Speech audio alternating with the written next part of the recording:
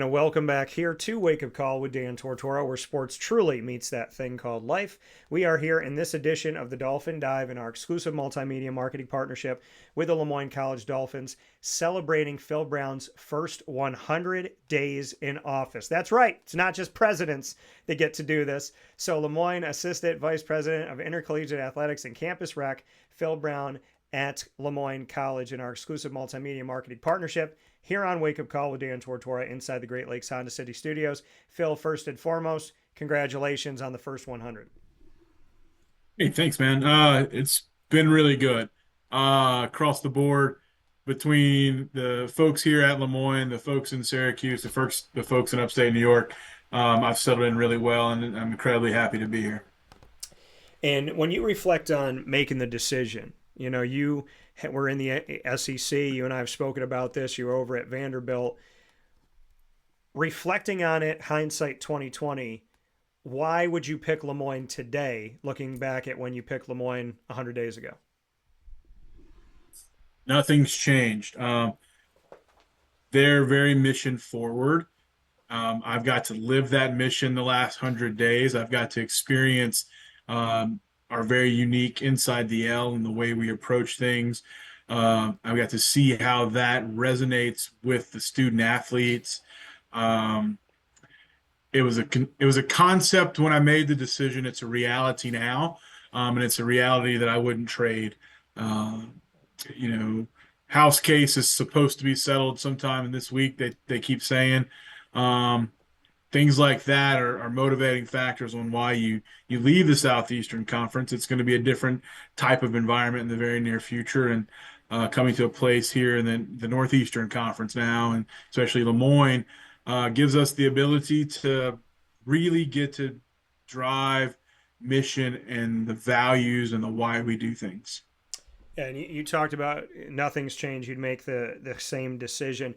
What is it about inside the L? To describe that a little bit deeper, Moyne is blank. What is that blank that has stayed consistent with you?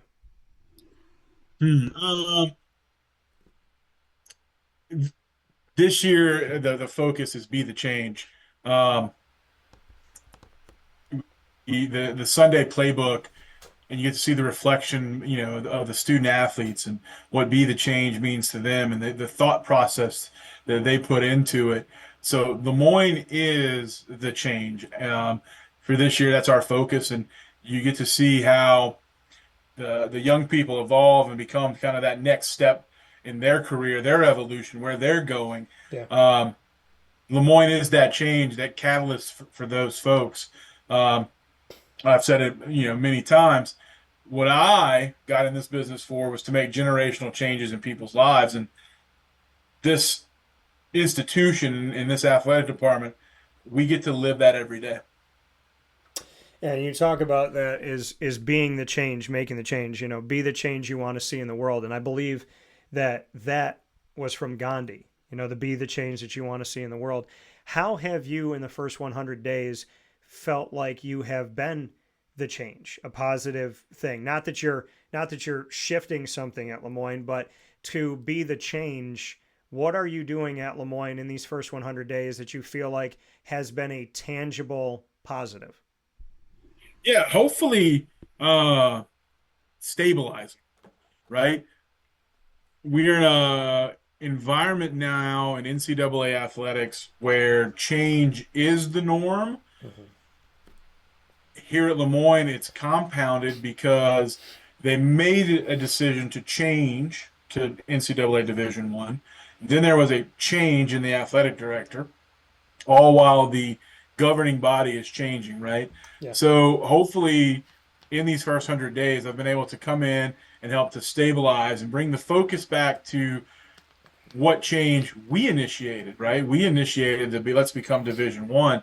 Hopefully I become a stabilizing factor both here in the event center with our staff and athletics, but also up the hill and just kind of helping the folks in the rest of the college understand what becoming Division I means for all of us, not just the athletic department. Yeah, and in that move, like you had made mention, Phil, Vanderbilt and the SEC with this House settlement freeing up $20 million right? That a school has to find this money and give it to their student athletes, figure out how to do it, how they're going to do it with collectives and individual contracts and whatnot. With this House settlement, what does it do for Lemoyne and the NEC? Like you said, the SEC is going to be different than the NEC. So when that House settlement comes through, is there an expectation and a number that Lemoyne has to abide by now? Because, 20 million, we're talking about football centric schools. So where does the House settlement affect a Lemoyne? It's in, let's remember, this is now, it's permissible if you choose to opt in, right? So they do not have to spend the full $20 million. So they're all looking for a competitive advantage. So they'll choose to spend that much, right? In practice. We don't know how it works yet because it's not real. NCAA did loosen up some bylaws yesterday to make it all, functionally proper, but it's not been approved. There's not really an in-practice methodology for it yet. How does it work? But it's all just permissible, right? So on the financial side, nothing has to change for any institution unless you choose for it to change. At Lemoyne in particular, I think that one of the elements that is not always talked about is the roster limits. And I know that Judge Wilkin, in her review and what she asked to have looked at by the defendant side of the NCAA was these roster limits. And I think that's where the impact for us can happen. Some schools have been hoarding talent, we'll call it. And so there are Division I kids who may lose roster spots depending on how this plays out and what she does allow to happen in this settlement. Those roster limits at bigger schools may push some young folks who want to continue competing into looking in the transfer portal. Well, we are maybe a landing spot because we haven't opted in. We're not subject to the roster limits as of yet. And even if we were, some of our sports still have some room to grow. So we do have some sports that could be receivers in that space, even if we were to opt in. So that's, I do see some upside for us in how it can work. And again, it's permissible, not required to spend $20 million. So Yeah. in the future, if we find ourselves in that path, we'll do our homework and we'll do our studies and, the discernment that comes with it. But really no change. We don't have to make a change. And the best part is, honestly, when they sent out the request to the D1 athletic directors, because we're still transitioning, I didn't get the email. I wouldn't even ask to opt in yet. So we're at least a year out from that.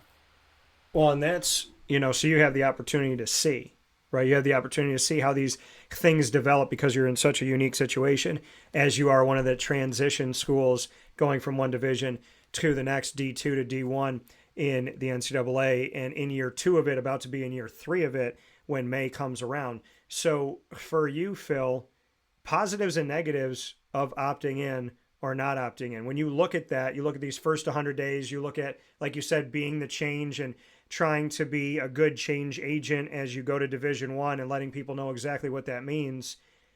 Positives and negatives of, yes, we're going to opt in, or no, we're going to be different.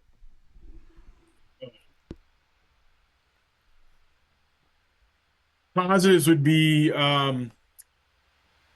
so you opt in. On the positive side, you're allowed to understand some certainties. Here are the roster limits. Here are the parameters of what we can do. Here's the salary cap per se, should we want to participate. That's the positives for us. The positives of not opting in come down to helping out with enrollment management. If we don't opt in and we become, like I said, receivers, how big could we grow some of our sports if we chose? Does it make sense to carry that many kids? Maybe not. That may not be the right answer either. But you could use it as an enrollment management tool should you choose to. You could, continue to live in the same old scholarship model. There's really, you're looking for a competitive advantage, and that's what the House settlement is intended to do. Look, at the end of the day, it's designed to protect the collegiate model to an extent. Had it not been settled, the antitrust treble damages would have been crippling. The college model falls apart. So you settle it. You change the rules a little bit. But schools like Lemoyne, we don't necessarily swim in that pool just yet, right? So either or, as we grow into what Division One looks like for us, we're not in that model. We get to grow into whatever the model becomes.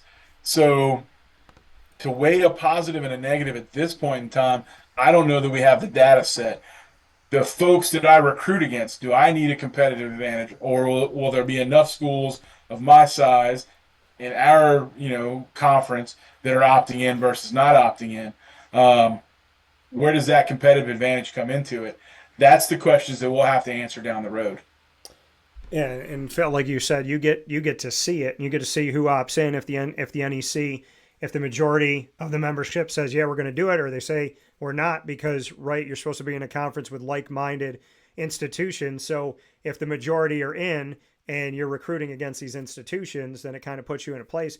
Do you feel like Lemoyne? I know we're coming off of Giving Day, and I know that there was a wonderful Giving Day. There was things that were asked of donor numbers, and that was amazing. There was a lot that went to athletics. There was a lot that went to the school overall.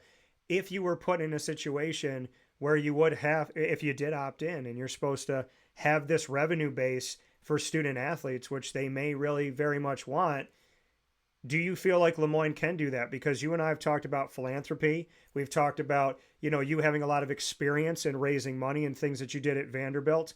Do you feel that if Lemoyne says, yes, you know what, we're going to get hurt if we don't free up revenue and opt into this house settlement, because people aren't going to want to come here if they don't have the resources that other places have? Do you feel like your experience, what you've done and what Lemoyne has shown you in a short amount of time, that the philanthropy will be there to facilitate being able to essentially have this money, these resources, and that the bottom doesn't fall out? Well, let's be very clear. No one in the NEC is spending $20 million. So take everything I'm about to say with, if we have to be in a space where we're competing with like-minded folks, I do firmly believe that because of who we are, our mission, and if we do NIL in a mission-driven way, that I do have the support in the community with my alumni base to do it, but it would be in the Lemoyne way. It would be focused on name, image, and likeness that's for the betterment of the Syracuse and greater upstate New York community. Would not be a pay-for-play model like you're seeing at the big schools. Ours would be a version that is what we are. It's who we are. We couldn't do it any other way. It wouldn't attract the type of student that we want. So even if there is an appetite for it and they have to have it, it still has to align with values. It still has to align with what we're doing, or it just doesn't make sense. Why would you put yourself in a position to not be true to your values, your character, everything that you've worked so hard to build? It doesn't make sense just to do it because everyone else is doing it. So it would be a model built on doing it our way, doing it the right way, doing it a way that gives Dolphins worldwide a sense of pride. And again, the best part is, I'm going to take that step back to make sure that everybody listening understands. We get to see how this works. We get to see the reality. There are schools in our neighborhood who have said yes. What does it actually look like? Does it fit? There's a Catholic school in Western New York that has said yes. What does it look like for them? How do they implement it? What are the values that they're putting into it? I think that is my greatest benefit in having this job, is I get to learn and study before I make any decision. Well, and I think you said something that we don't hear a lot, Phil. You said, how are we going to put essentially our morals and our values, our identity into this, right? Because what we're seeing in collegiate athletics right now is a changing of the model, a changing of identity, a distortion of identity, a pay-for-play kind of pro, but we're going to call it amateur, but it's really not. You said if Lemoyne's going to do it, we're going to do it our way. Do you feel like that opt-in, opt-out, that what the NCAA is doing and with the house settlement, that there is still that wiggle room, there is still that area that you can be yourselves and evolve? Because I think some people see it black and white. They say you're either opting in and it's a pay-for-play model and the world that we knew is gone, or you're going to opt out and you're going to try and focus on the student and student athlete. How do you bridge the gap and essentially whatever you do, you get to stay Lemoyne? Because that's a question that I asked well before you got there is, if you're going to Division I, how does Lemoyne stay Lemoyne? And you just echoed that. So I'd love to hear your thoughts on how you can preserve the sanctity of the Jesuit institution and the values you have while also evolving. Tennessee was a rivalry when I was at Vanderbilt, right?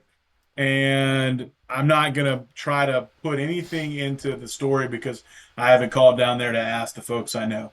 But if you look at the situation with the quarterback at Tennessee, Tennessee got to do it their way. At the end of the day, that student athlete chose to transfer because Tennessee had to make decisions. There wasn't an alignment of values with Tennessee. That is going to be my assumption on how that played out, just knowing how it works. It's no different than, why do some free agents leave their professional team? You don't see eye to eye with the owner. So, however, the ownership here at the Bills runs their organization, not everybody may see eye to eye, and you end up having a free agent who has to leave. Well, that's okay. That is what we're going to be able to do at the collegiate level. You're going to attract student athletes who want to be in that model that you're presenting. What they're doing at Vanderbilt is not what they're doing at Tennessee, is not what we're going to do at Lemoyne, is not what they're going to do at Ohio State University. There's still a certain element to each of these institutions. What makes them special? How did you get so special? Why is it the Ohio State University, right?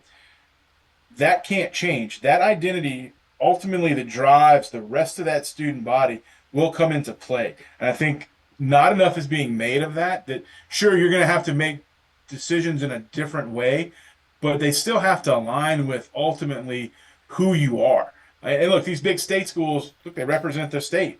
So as politics play out, sometimes those are appointed positions where, the board is picking the president's picking the AD, and the politics may play into it. Well, you're going to see how that works in these spaces, right? We're very fortunate. We're a private institution, so our values are, put to us by the Jesuits.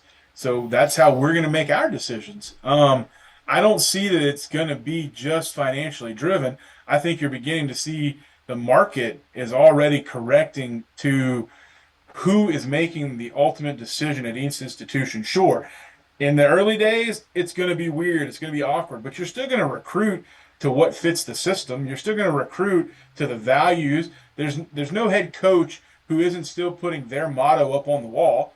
If it doesn't work, it doesn't work. And so that's just how we'll lead here. That's the example that we'll get to provide. Even in whatever the change is, we get to, again, this year's Inside the L, we get to be the change. So we're going to survive it and focus based off of what it is that we built here. Yeah, coming here from Phil Brown, Moyne College Assistant VP of Intercollegiate Athletics and Campus Rec in the first 100 days. Phil, you have this really easy job, right? You are leading athletics at a time with name, image, and likeness, the transfer portal, realignment. There are conference games that are being played that are over 2,000 miles apart. And if you drove in a car, it would be over 30 hours, plus this house settlement. So your first 100 days has been really interesting. So I will tell you, you picked a perfect time to be the leader of an athletic department. How have you reflected on the fact that your first 100 days, 5 years ago, 10 years ago, 15 years ago, would have included none of these things that I'm talking about? Name, image, and likeness, or the transfer portal, realignment, but not realignment to the degree where it's completely just distorting any type of rivalries or any type of geographical connection. So first 100 days for you in this current climate that is so very unique. Why did you run into the storm and not away from it?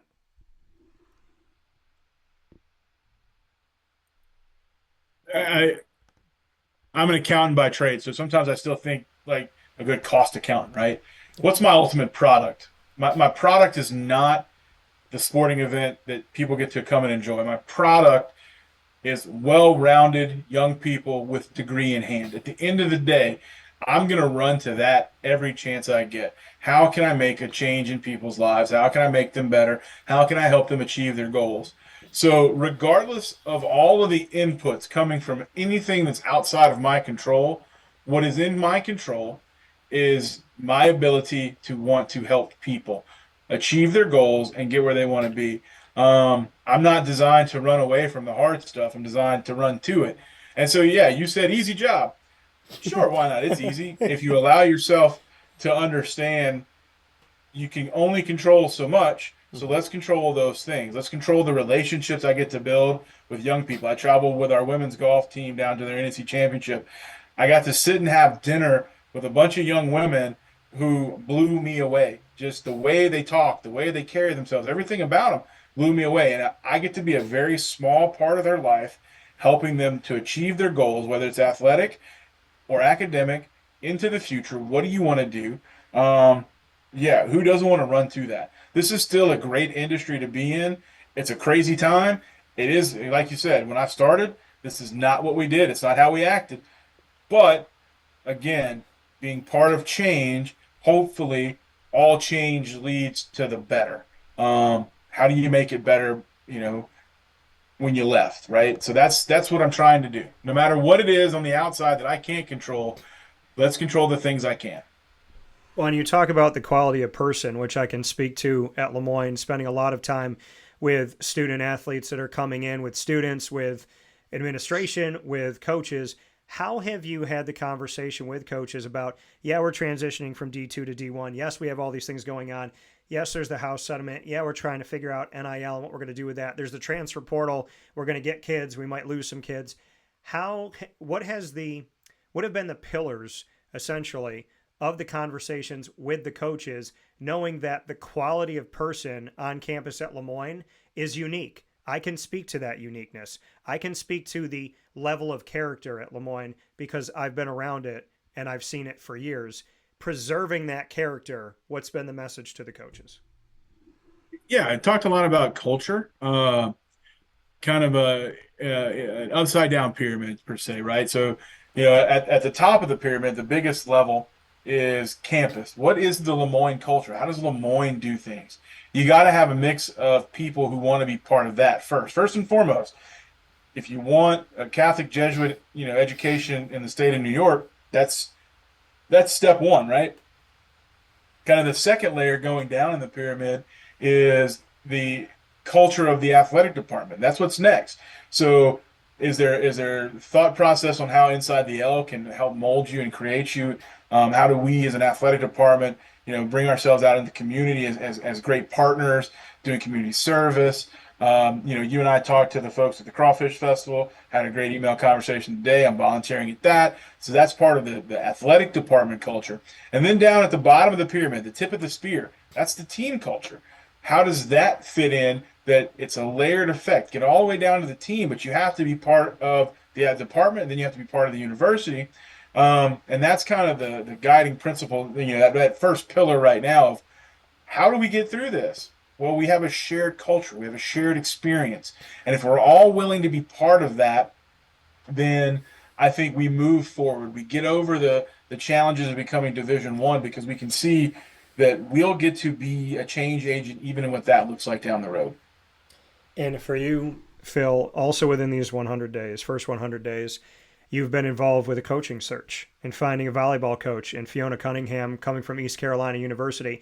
Bring me into that because obviously as the leader of the athletic department, you will have decisions being made when it comes to coaches. And in the first 100 days, you have had one of those moments. So bring me into the background, kind of behind the scenes of what that moment was like and finding the right person for the program.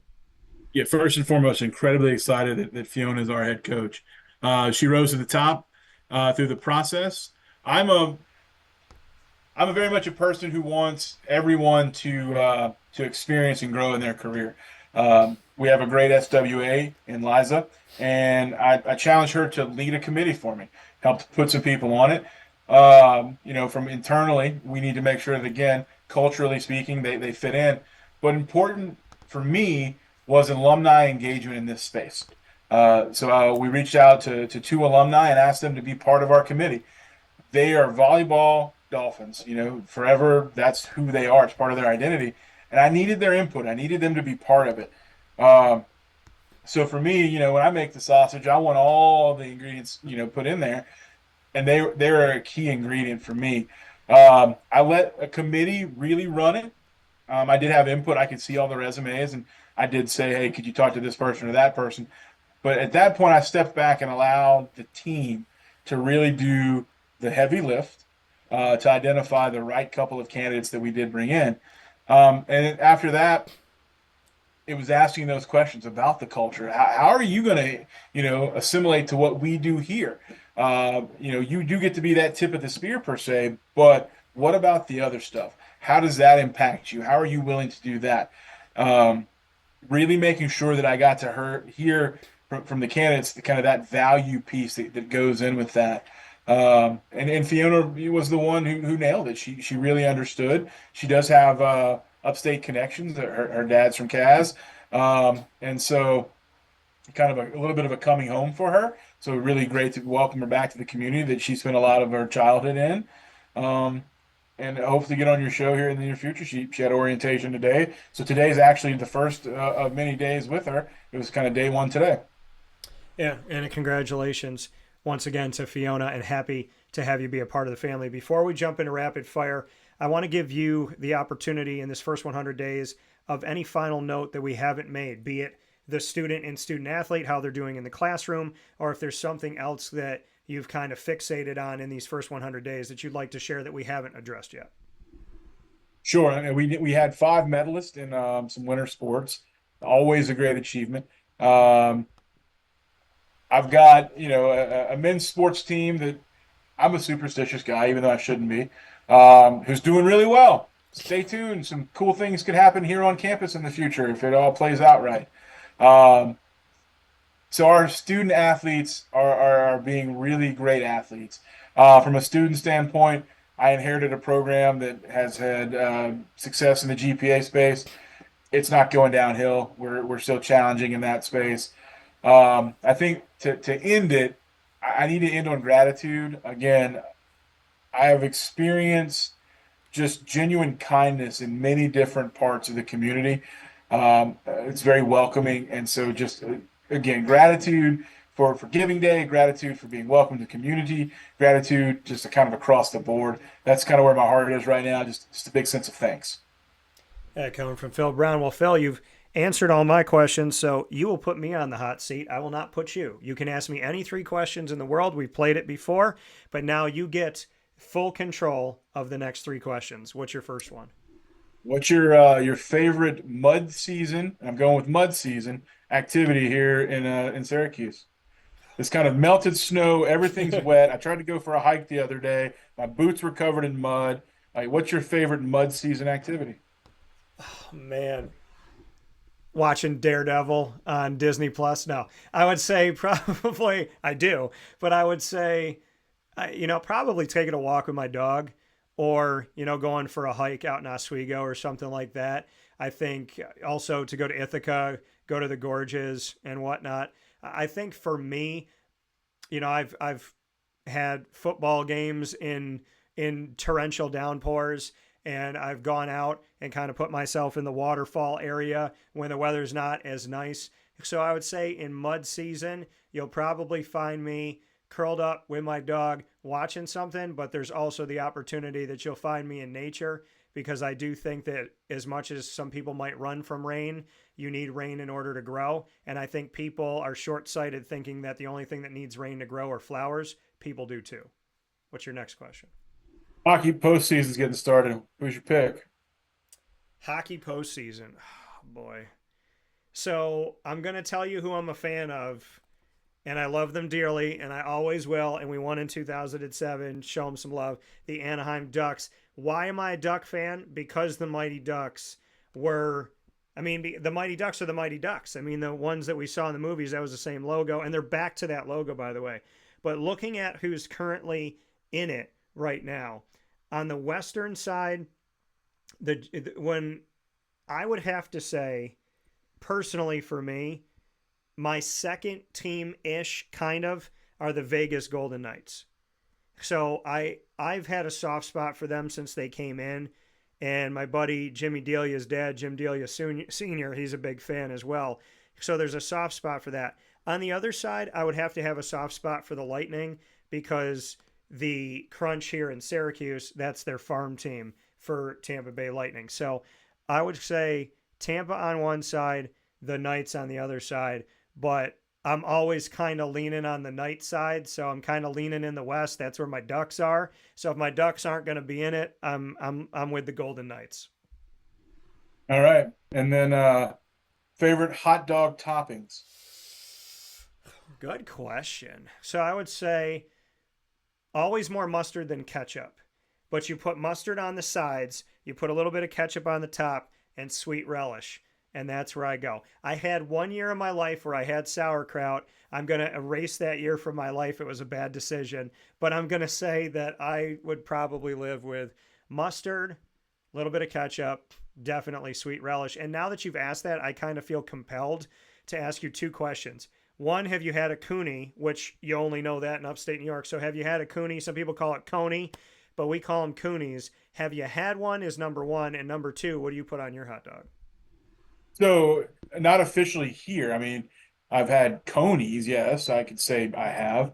Um, so there's, I'll eat my hot dogs two ways. Okay. I will go chili cheese when necessary, but it's kind of a more of a I've got nothing going the rest of the evening. Let's indulge. But for me, ketchup and sauerkraut. Okay. Okay. So that's all. That's all I need. If I can go, I love going to an MLB park and then walking over to the condiment bar and just finding that sauerkraut that's sitting out there, and you know it's been there for hours, but it's like this is perfect. This is what I need right now. Yeah. I mean, it was like 1 year. It was just the smell. It was something about it. I just went toward it. But ketchup and sauerkraut for Phil Brown. Good to know during baseball season. Lemoyne, Assistant VP of Intercollegiate Athletics and Campus Rec. His first 100 days have been completed. And as we get set for the rest, we, of course, are here on Wake Up Call in this exclusive multimedia marketing partnership with Moyne College in the Great Lakes Honda City Studios. Phil, congratulations on 100 days. Thank you for allowing me to be a part of it from the beginning of the beginning when you and I spoke before you even came onto campus. And I'm looking forward to seeing what you're going to do in the next 100. Thanks, man. Have a good one.